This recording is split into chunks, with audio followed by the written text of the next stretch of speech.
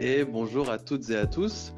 Très content de vous retrouver pour ce nouveau webinaire de Mission RGPD, ayant cette semaine pour thème justement la cybersécurité et le RGPD.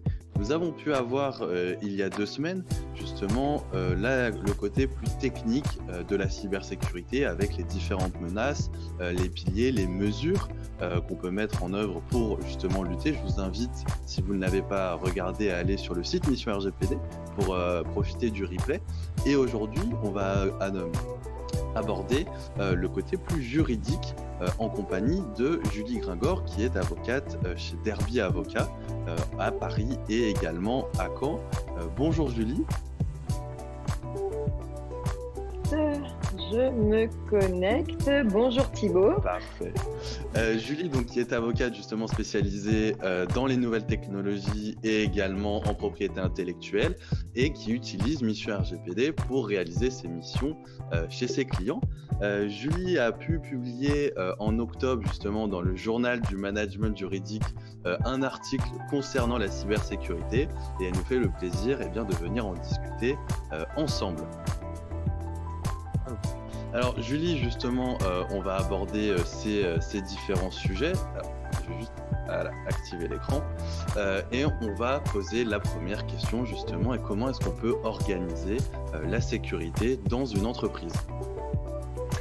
Oui, Thibaut, merci.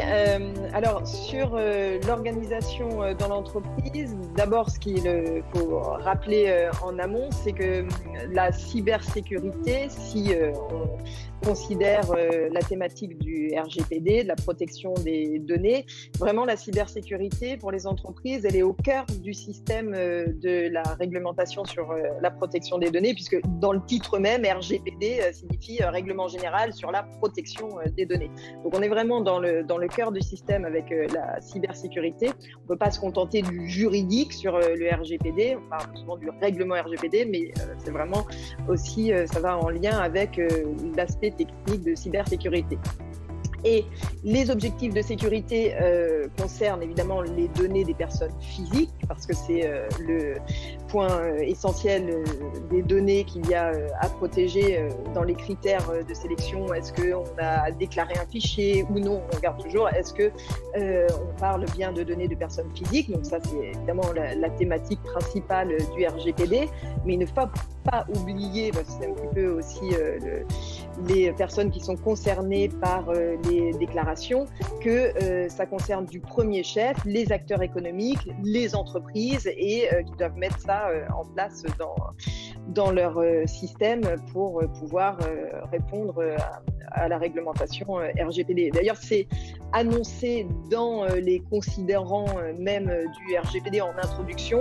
Ils ont pour objectif la sécurité des données des personnes physiques et la garantie de la sécurité juridique et transparence aux opérateurs économiques, y compris, ça c'est dans le texte, les micro, petites et moyennes entreprises. Donc, c'est vraiment ces personnes-là qui vont être aussi ciblées sur la sécurité et la sécurité juridique du premier chef. Et on a une section entière d'ailleurs du RGPD sur la sécurité et qui vise les mesures techniques et organisationnelles appropriées. Donc c'est les deux pans. Comme tu le disais Thibaut, il y a 15 jours un webinaire sur la cybersécurité plutôt sous l'angle informatique, technique. Et donc ça, c'est le premier pan. Et le texte demande aussi que des mesures organisationnelles soient prises. Et c'est un peu plus le thème d'aujourd'hui sur comment organiser la sécurité dans l'entreprise. Donc, voilà un petit peu pour camper le décor et cadrer, oui. On peut peut-être aussi rappeler que justement la plupart des sanctions actuelles prononcées par la CNIL ou les autres autorités européennes pour le moment reposent justement sur ces défauts de sécurité, que ce soit des fuites de données ou des données qui sont accessibles justement par des personnes étrangères qui ne le devraient pas. Donc voilà, ce prisme de la sécurité actuellement est vraiment le point le plus vérifié par les autorités de contrôle. Oui, le plus vérifié et le plus sanctionné, effectivement. Donc, alors, on se demande en interne quelles sont les premières mesures à prendre. Donc, prévenir les risques avant qu'ils arrivent. Et c'est là qu'on voit aussi la croisée entre le système du RGPD et de la cybersécurité.